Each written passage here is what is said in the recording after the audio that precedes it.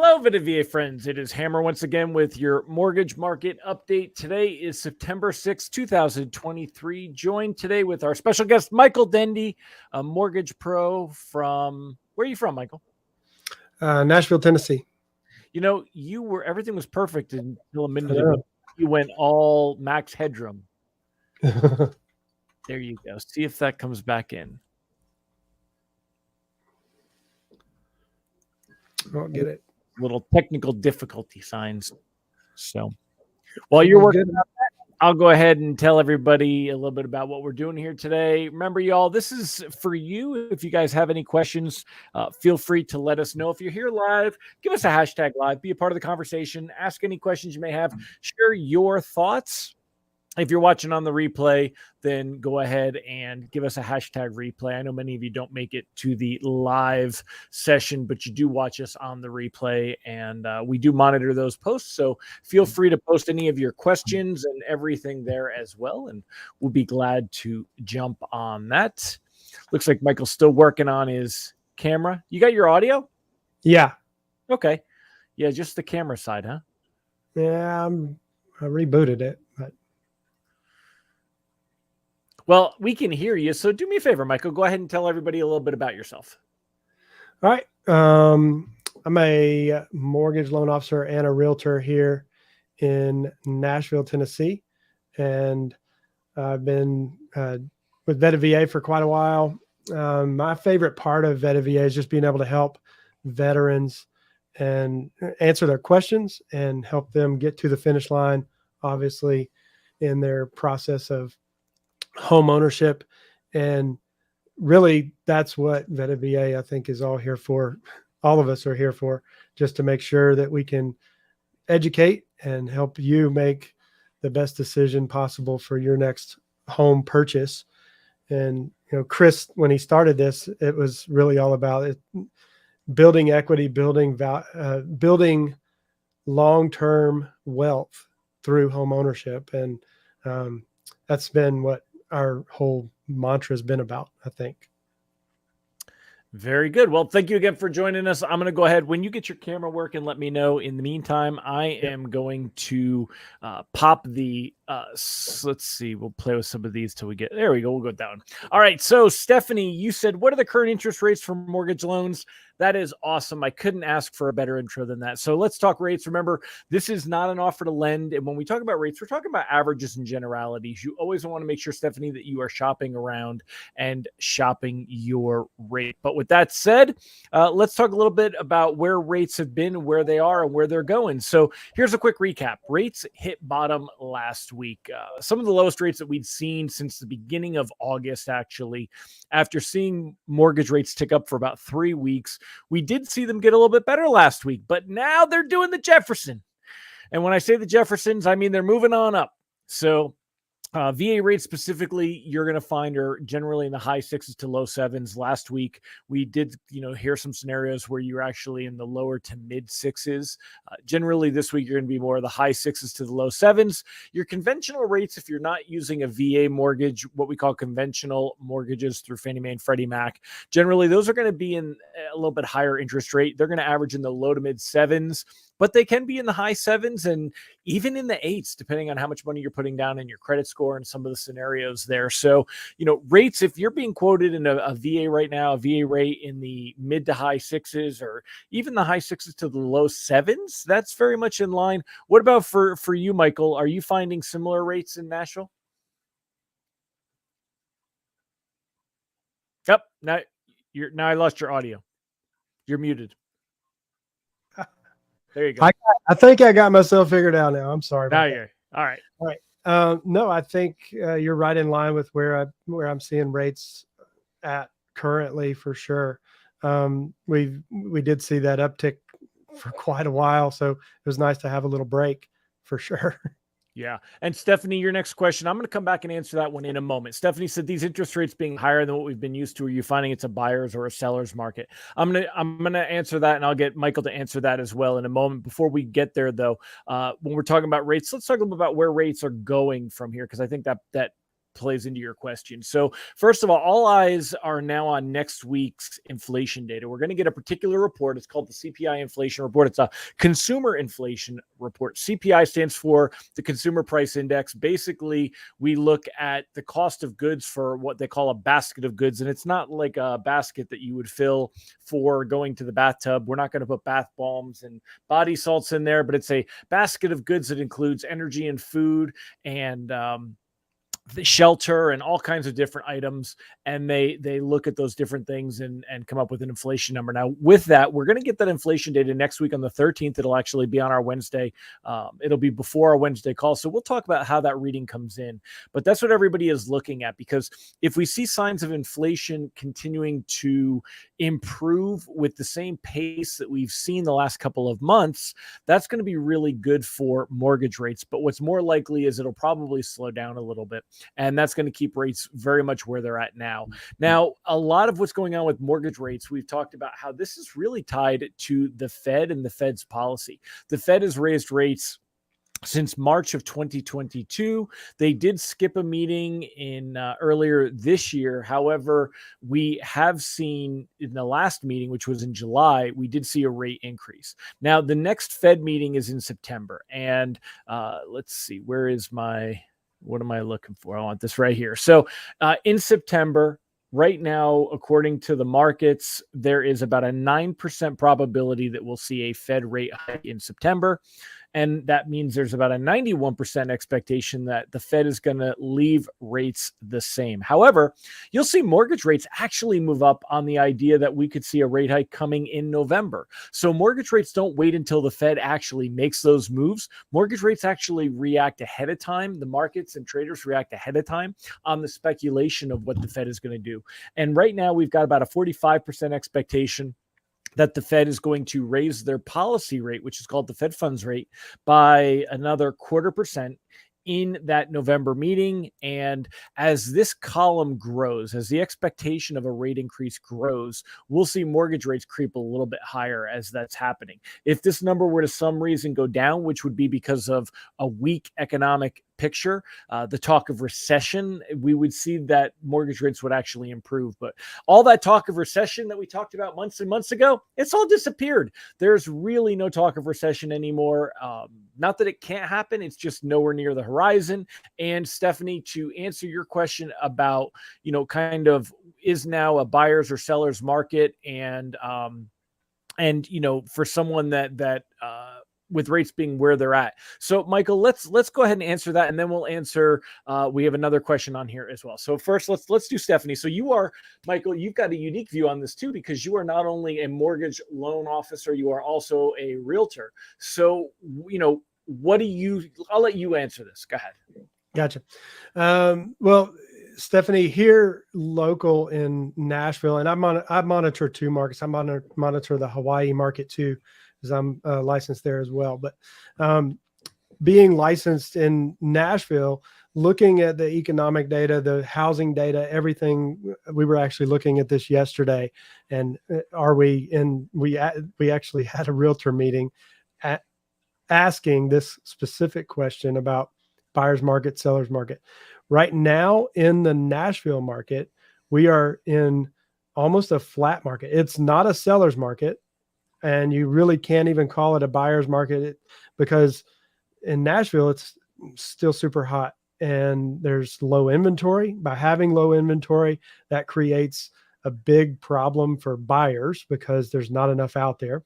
But then we are starting to see that days on market go up. And by seeing the days that houses are sitting on market, that's a little scary for sellers. So sellers are actually willing to do a little bit more negotiating. So that is kind of where we're at. I don't even know if I'd call it a flat market. It's probably still leaning seller's market in the Nashville market. In Hawaii, it's different. It's really definitely a flat market. There's been some, obviously, not only the fires on Maui, but just the way Honolulu is, what it's designed for. It's mainly a veterans market there. So there's investors that buy there, but this is really a hard market to continue to have growth. So they're kind of more in a flat market. And I would say buyers really have a chance to do well in the Honolulu market. As for your question, I think when we had a post earlier that you were addressing in Tampa, Florida. For Tampa, Florida, I would say you need to look locally at your realtor association. See, they keep track of all of this data through their MLS, their multiple listing service. They can tell you exactly what is going on in the market there. Is it a more of a buyer's or seller's market? Awesome. Thank you for that, Michael. I'm going to kind of build on that a little bit and show you all a little bit about how things are supposed to work. Now, normally we would have two, I'm going to call these two columns, and I'm drawing my little dotted line here.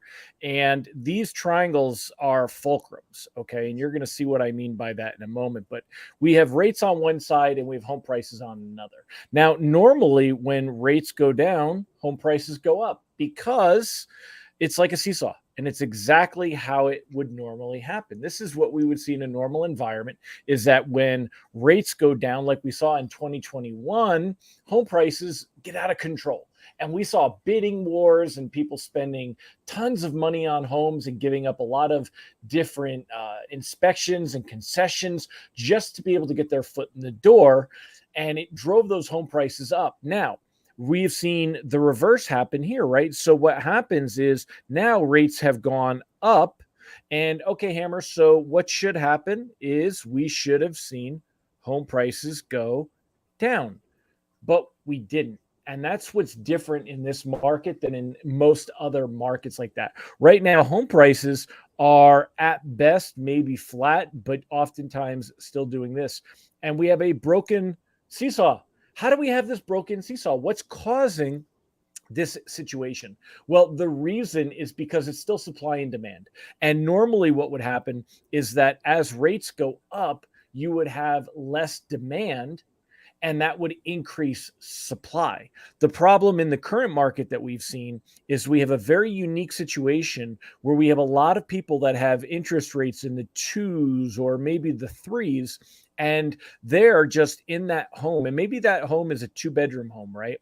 And normally they have, let's say they add to their family and they have another little baby. Maybe they had one child, right? And, happy little scenario here. And now they're adding a new little baby, and they would normally want to go to a bigger house. Well, they can't afford to or are not willing to make that change where they sell this house, this 2-bedroom house, because they're sitting on these interest rates of 2 or 3%. And because of that, they say, well, you know what? Maybe the kids will share a room. Or maybe we'll do an addition and we'll add another room onto our house. And that's what we've seen happen. So the inventory is your biggest issue right now. So inventory, and when you talk about a buyer or a seller's market, it's really all about the inventory. When there is an abundance of inventory, how do people sell a house? I'm going to spell abundance wrong. I think I have this here. When there's an abundance of inventory, prices go down. Because if you want to sell your home, well, I mean, you've got curb appeal and different things. But at the end of the day, if you've got 2 different 3-bedroom, 2-bath homes, in the same neighborhood, well, how are you going to sell yours or someone else's? It's going to come down in price. And that's generally when you have an abundance in inventory, prices can come down. Well, we don't have an abundance in inventory. We have a scarcity of inventory, and that is not likely to change anytime soon.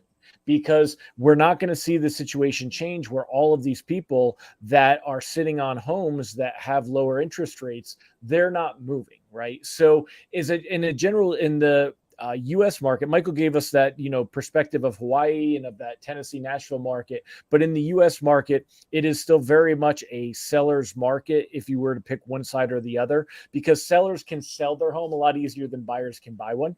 But it's not nearly as much of a seller's market as we were in 2021, 2022, where sellers were commanding, they were listing a home for say 250,000, and that home was actually getting bidding wars and selling for 310,000. So thankfully that's kind of reduced a little bit. Now, when would we see something change with this? It would always come down to really one big factor, which is jobs. So as long as everybody's got jobs, everybody is comfortable with where they're at, and things will continue to go the way they are. If we see the labor market crash and unemployment were to skyrocket, that would adjust your market, and we would see a lot more selling going on in that scenario. That would increase the inventory, which would lower the prices, and we would be in a more normal environment. So, Michael, does that sound right to you, or anything you would add on that? No, you summed it up very well.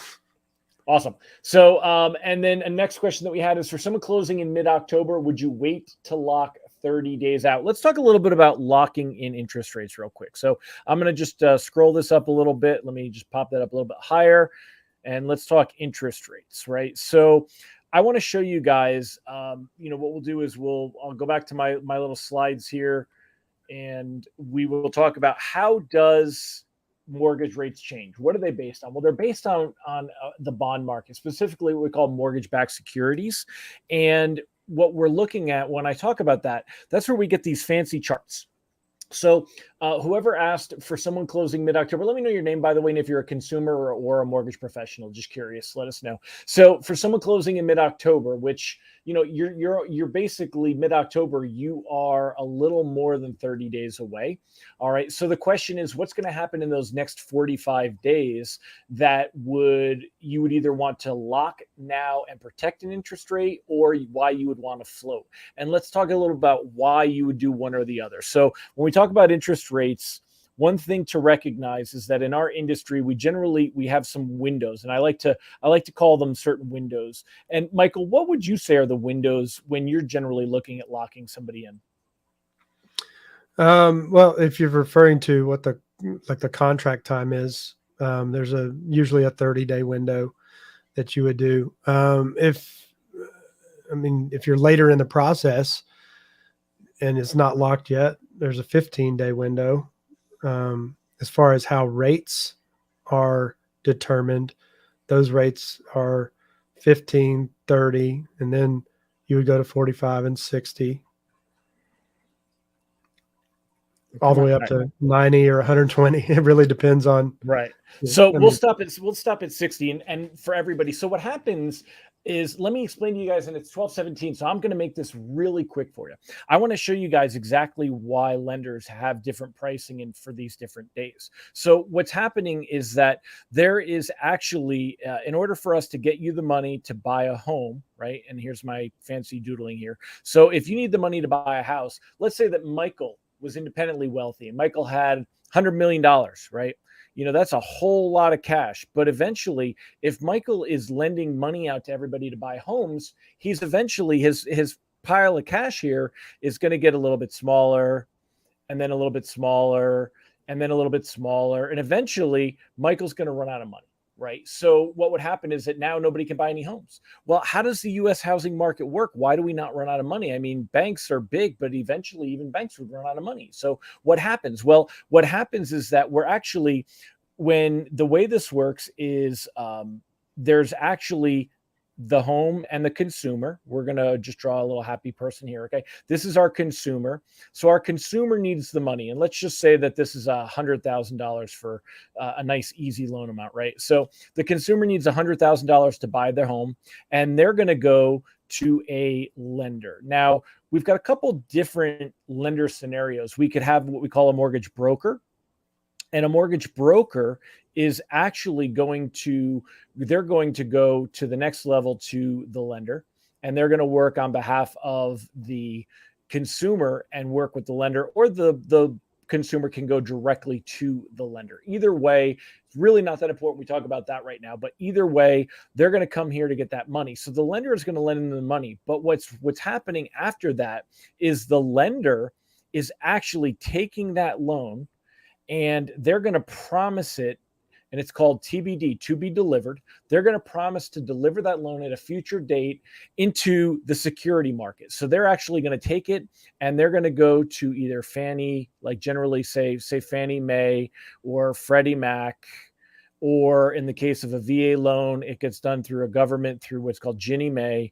So what happens is we have these different organizations which are pooling these mortgages together. They take them, they pile them all up, and then they turn them into a mortgage bond, and they're actually selling them on the market. That's why we've got these fancy charts. And that's where the mortgage bonds come in and how the pricing comes out. So what happens is there's profit that's made on this. And the longer that they have to take on that risk, the longer they have to deliver, generally there's more risk here that they can lose money or that things are going to change. So when somebody is pricing up the situation, when we do these different windows that we've talked about, the 15 days, the 30 days, the 45 days, which one of those, Michael, generally has the best rates? When you're looking at these scenarios, which one of these is actually generally the better rate, the shorter or the longer end of the spectrum? Oh, it's the shorter. 15 days is going to give you the better rate for sure. Right. So what happens is that if you lock in for 15 days, the rate is guaranteed for 15 days. There's less risk, and this tends to have a little bit of a better interest rate to it.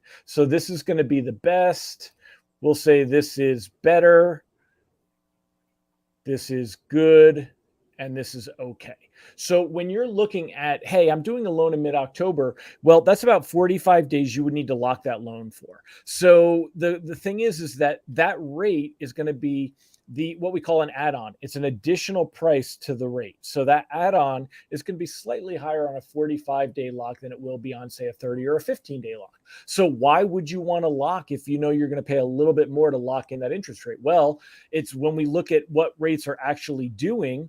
And maybe, for example, I'll use Mortgage News Daily as a reference point here. But as these interest rates are going up and down, well, if you were to lock in that interest rate today and it costs a little more, but rates go up a lot more between now and 45 days from now, well, then you look like a hero.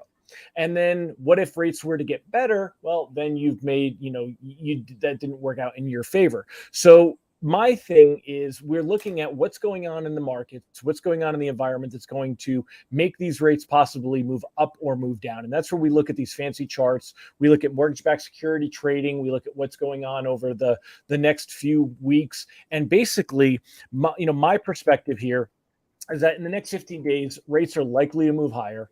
In the next few weeks, rates could actually hit new highs for the year.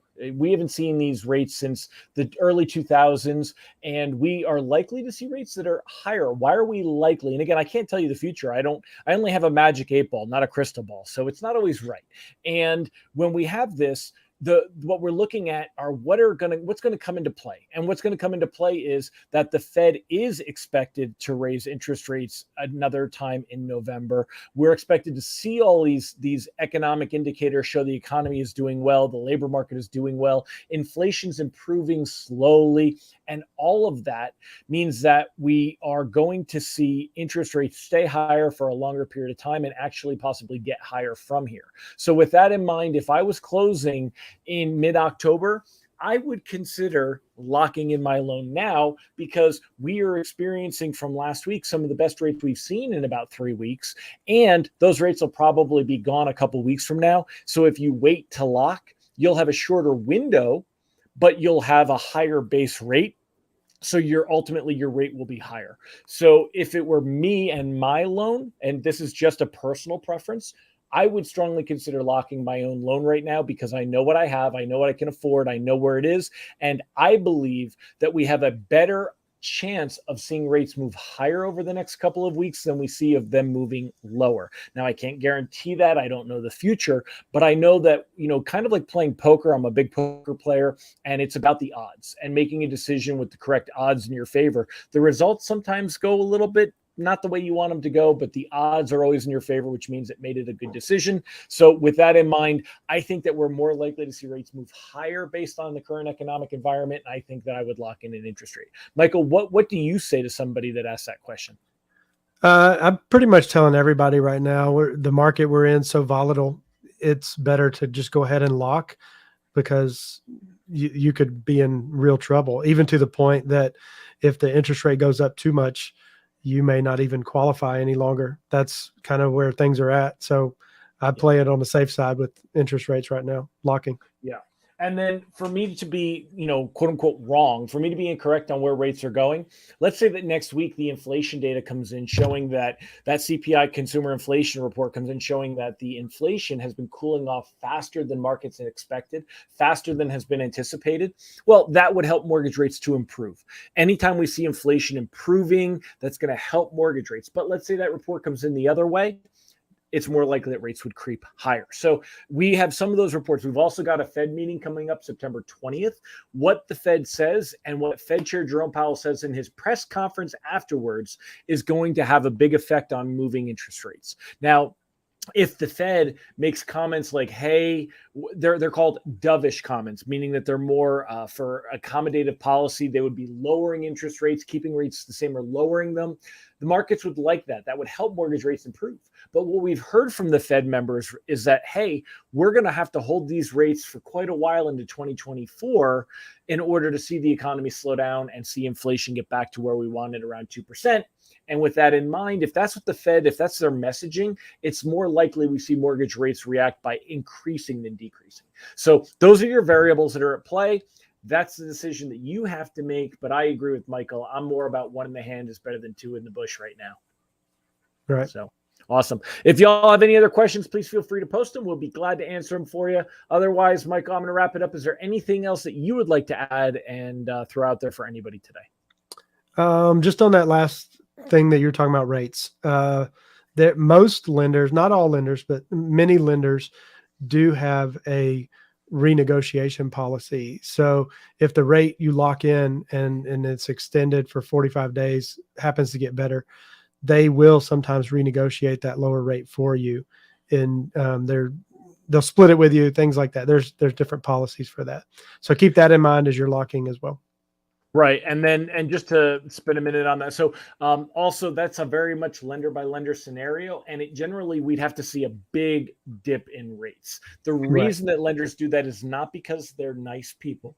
It's because they don't want to lose the loan to a competitor if rates were to drop significantly and you were able to make that move. So as a business decision, they're going to do it. It's a preset policy. Rates usually have to go down by at least 0.25% or more. And you want to talk with your mortgage professional, hopefully a VA mortgage professional, about that ahead of time when, find out if that's something that does come into play. Also, different lenders have different opportunities. A broker may have a different opportunity than a lender, and you'll want to talk to them about that as well. So that's a great point, Michael. Thank you. Well, Michael, thanks again for joining us this week. Appreciate you, my friend. And everybody else, thank you also. We'll see you next week. Same bat time, same bat channel. Where's my little join us next week? There we go. So join us next week. We do this each and every week. Like I said, 12 p.m. Eastern, 11 a.m. Central, 10 a.m. Mountain, 9 a.m. Pacific. And we'll see you next week. Bye-bye, everybody.